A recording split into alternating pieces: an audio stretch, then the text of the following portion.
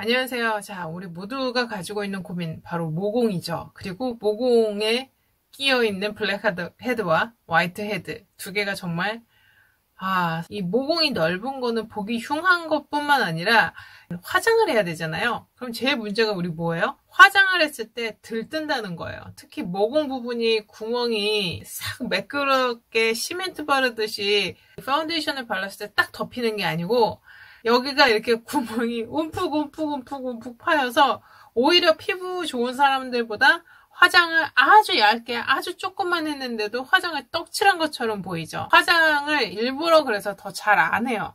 그러니까 파운데이션을 바르지 않아도 될 만큼의 피부결을 갖춰놓고 시작을 하는 거죠. 이 모공이 크게는 두 가지 종류가 있어요. 그러니까 첫 번째는 성장기 때 20대 때까지 그 피지가 쌓여서 커지는 모공이 있죠. 진짜 그 말 그대로 모공. 그런 케이스고요. 그다음 두 번째 20대 넘어가고 30대 이후 40대 이후 그때부터의 이 모공은 피지가 가득 차고 땀이 많이 나고 이 노폐물이 가득 찬 모공이라기보다는 노화된 흉터로서 자리가 남은 그런 모공인 거예요. 20, 30대 그 모공 관리와 30, 40대 이후의 모공 관리를 결을 좀 다르게 잡아주셔야 돼요, 방향을. 그래서 오늘은 좀 30, 40대 이후의 모공 관리에 대한 방향으로 초점을 맞춰서 말씀을 드릴 거고요. 어차피 20, 30대 여러분들도 곧 늙을 거니까 미리 대비를 해두시는 게 좋겠죠. 오늘 영상에서는 특히 다른 영상에서는 보실 수 없었던 모공과 피지 관리 방법과 아이템들이 나오니까 나가지 말고 끝까지 시청해주세요. 자, 그럼 피지 관리와 모공 관리를 위한 스킨케어 루틴 시작할게요. 1번, 잘 씻어진 모공을 준비해줍니다. 보통 샤워 직후에 모공이 제일 많이 열려있죠. 그 상태가 제일 좋아요. 2번, 가지고 계신 솜에 저렇게 토너를 한껏 뿌려주세요. 이때 토너는 모공을 열어주고 속에 있는 피지를 녹여주거나 촉촉하게 적셔줄 수 있는 그런 종류면 아무거나 상관없습니다.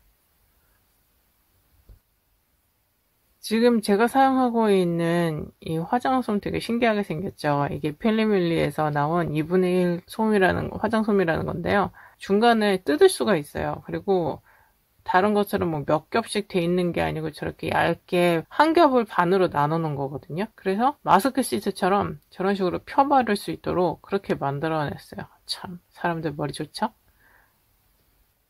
피지 제거 전에 모공을 넓히는 방법들에 대해서 얘기가 되게 많은데요. 화장솜을 따뜻한 물에 담갔다가 아니면 전자레인지 돌렸다가 얘를 따뜻하게 해놓은 상태에서 분수 시트처럼 코 위에다 올려서 모공을 열어준다는 게 있었는데 제가 해보니까 뜨거운 물에서 나와서 내 피부에 얹어지는 순간부터 차게 식습니다. 그러니까 온도 유지가 안 돼요. 그러니까 모공은 그냥 따뜻한 물로 불리는 게 제일 좋은 것 같아요.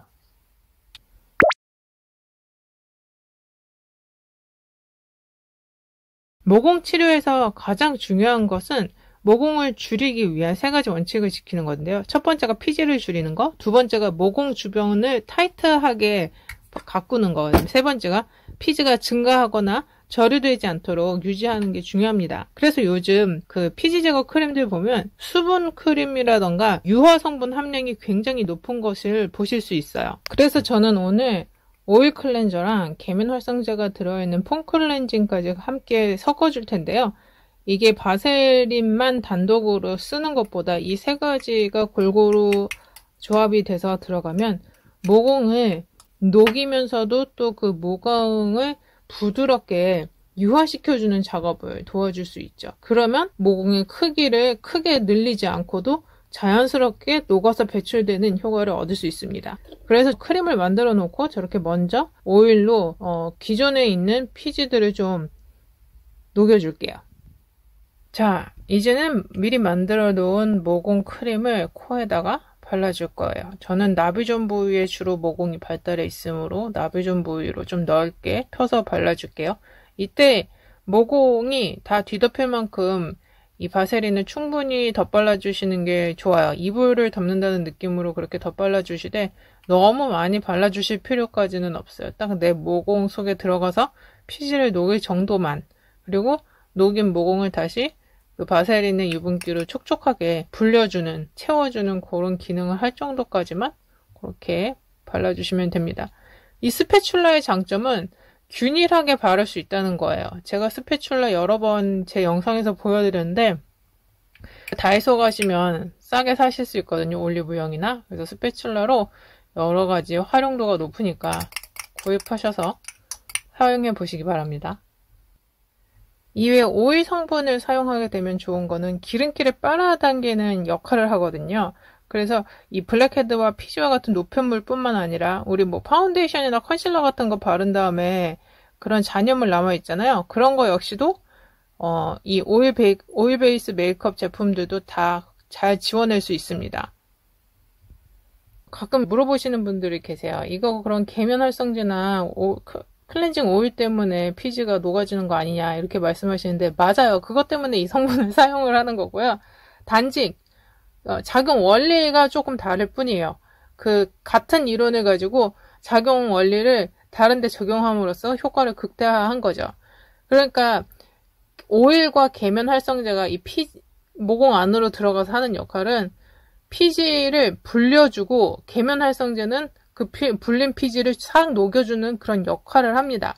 그리고 나중에 이 피지가 녹아서 또는 이렇게 뽑혀서 밖으로 배출된 다음에는 이 기존에 갖고 있는 바셀린이 갖고 있는 오일 성분이 그 비워진 피지막을 이렇게 보호 오일막을 쳐줘요. 그러면서 그 비어있는 공간도 다시 새살이 차오를 수 있게끔 메꿔주면서 보호해주는 역할을 할 수 있는 거죠.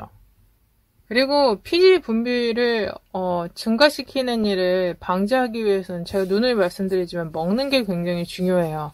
그리고 피부 표면의 온도를 서늘하게 하는 거.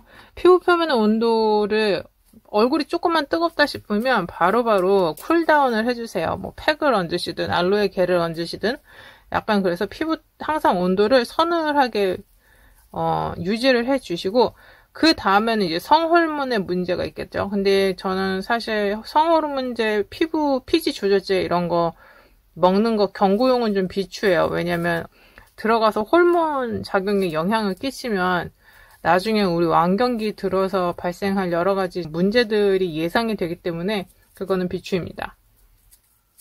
자, 그리고 이 상태로 한 15분 정도 방치하고요. 어떤 분은 최대 한 30분까지 방치를 해서 오일을 불린다고 하는데 저는 그렇게 하면 이제 나머지 피부들이 너무 건조해져서 저는 그냥 최대 15분으로 잡았어요.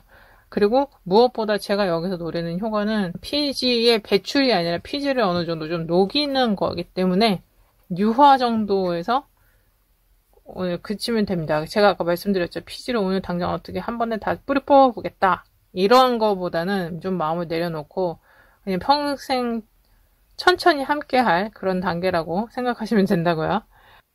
그리고 이게 아무래도 바셀린은 여러분들이 쓰기 좀 부담스러워 하시는 이유가 클렌징에 있는 것 같아요. 근데 클렌징을 여러분들이 제가 아무리 설명을 드려도 클렌징을 못한다, 안 된다 하시면서 막 그러시는 분들이 있는데 아마 사용하시는 제품상의 문제나 아니면 사용하시는 방법을 확실히 모르셔서 생기는 문제들인 것 같아요.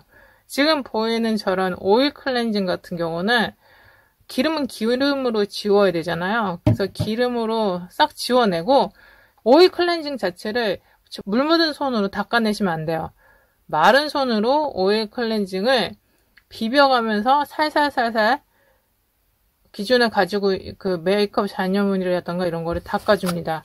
그게 다 된 상태에서 저렇게 저처럼 티슈를 한번 기름기를 걷어내 준다던가 아니면 바로 세수를 하시면 물세안을 시작하시면 되시는데요. 이때 물세안을 어떻게 하냐면 따뜻한 물을 손에다가 묻혀서 살살살 굴려주는 거예요.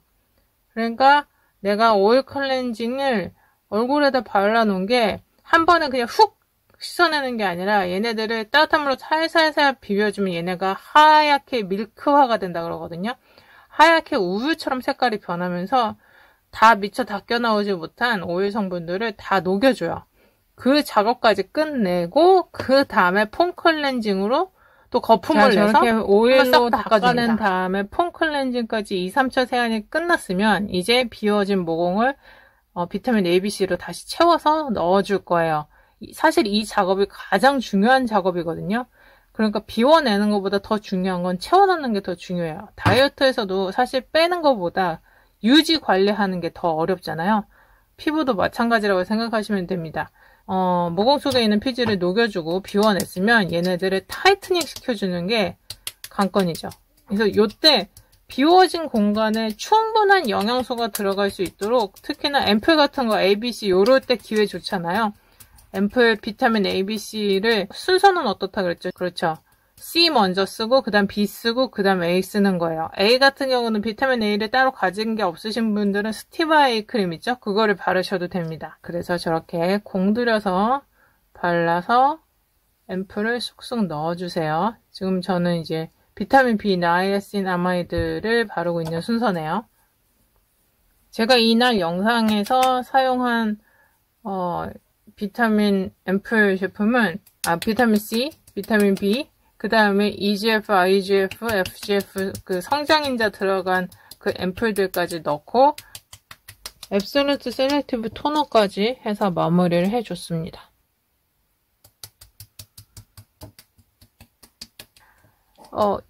피부를 영양분을 넣어줄 때도 급하면 어쩔 수 없는데, 급하면 그냥 우리도 급하면 종합 영양 비타민 그런 거 그냥 하나짜리로 다 그냥 먹잖아요. 근데 그게 아니고 내가 어느 정도 시간이 되고 공을 들일 수 있는 여력이 된다, 그런 날들은 이런 식으로 관리를 좀 딥하게 해주는 거죠. 앰플을 하나하나씩 먹으면, 제가 요번에 이거 하면서 놀라운 거 발견한 게 뭐냐면, 정말 비타민 앰플을 하나씩 이렇게 촉촉촉 차곡차곡 쌓아서 먹여주니까 피부가 따로 수분크림을 바르지 않아도 그 다음날까지 촉촉함이 유지가 되더라고요. 근데 여러분들 그런 경험 있으시죠? 왜 수분크림이라 그래서 바르고 잤는데 뭔가 다음날 일어났을 때 얼굴에 기름은 번들번들 남아있는데 속이 땡기는 느낌. 근데 이렇게 비타민 앰플로 넣어서 그냥 차곡차곡 쌓아서 넣어주니까 그 다음날 일어나는데 속 땡김 느낌이 없는 거예요. 오히려 겉에는 좀 말라있는데 속 땡김 느낌이 없고 이렇게 피부가 촉촉한 느낌. 그 왜 우리 아침에 일어나서 입 움직여보면 알잖아요. 입가 막 건조해지고 이런 거. 그 느낌이 없어서 좋더라고요. 그러니까 여러분들도 꼭 해보세요. 자, 그리고 노화로 인한 모공 늘어짐을 개선하기 위해서 꼭 필요한 상피세포 성장인자 IGF, EGF, FGF를 발라줄 건데요. 이 앰플은 조금만 써도 상당히 개선된 효과를 느끼실 수 있어요. 다음날 정말 피부가 속부터 수분감이 확 차오르는 것과 그 구조가 좀 더 단단해지는 그런 느낌을 얻으실 수 있습니다. 그래서 이 성장세포인자가 들어가 있는 EGF 크림이라던가 이런 것도 되게 많잖아요. 근데 그거보다도 이렇게 순수 앰플로만 돼 있는 재질을 사용하시는 것도 추천드려요. 물론 복합적으로 다 들어있는 화장품을 쓸 때도 있죠. 기초 화장품 제품으로 나온 거. 그런 경우는 우리 급하고 빨리 발라야 되거나 아니면 오늘 정말 너무너무 모든 게 하기 싫어, 귀찮아, 이럴 때 쓰는 용으로 구비를 종류별로 해두시면 꾸준한 피부 좋아지는 습관을 들이기 시에 아주 좋습니다. 자, 그리고 마지막은 이렇게 세럼이라든지 아니면 수분크림으로 모든 제형을 무겁게 이불을 덮어줘서 눌러준다는 느낌으로 마무리를 해주셔야 돼요. 그래야지 이 기존의 앰플 정도까지 단계, 스킨토너 정도의 단계에는 얘네들이 알코올 휘발성 성분이 들어있기 때문에 내가 아무리 좋은 재료를 넣어줘도 어느 정도 휘발이 되거든요. 그거를 꽉 눌러서 다 이렇게 잠가주는 역할을 해주는 이것도 필요합니다. 오늘 내용이 유익하셨다면 좋아요, 알람, 구독 설정 부탁드려요. 그리고 공유도 같이 눌러주세요. 그럼 다음에 만나요. 빠이.